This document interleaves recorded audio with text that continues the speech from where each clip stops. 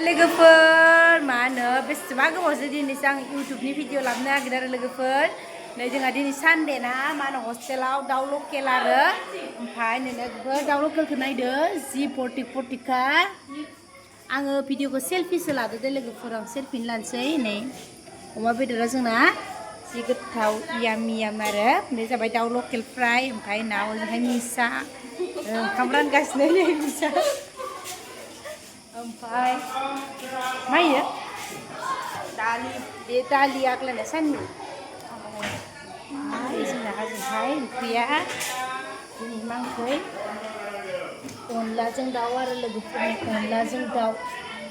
ओमफ्राय औवा मेवाइ आरो सोरनिबा माबायाव ओंखाम खालाय नुनांगौबा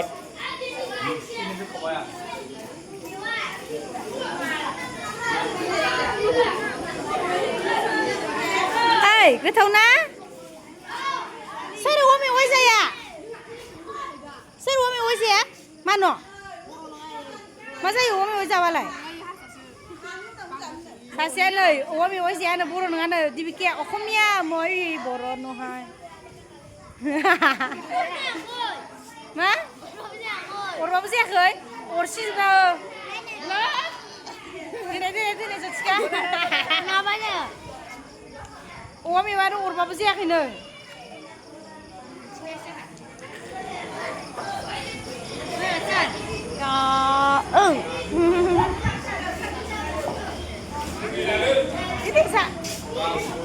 जायलि जानाय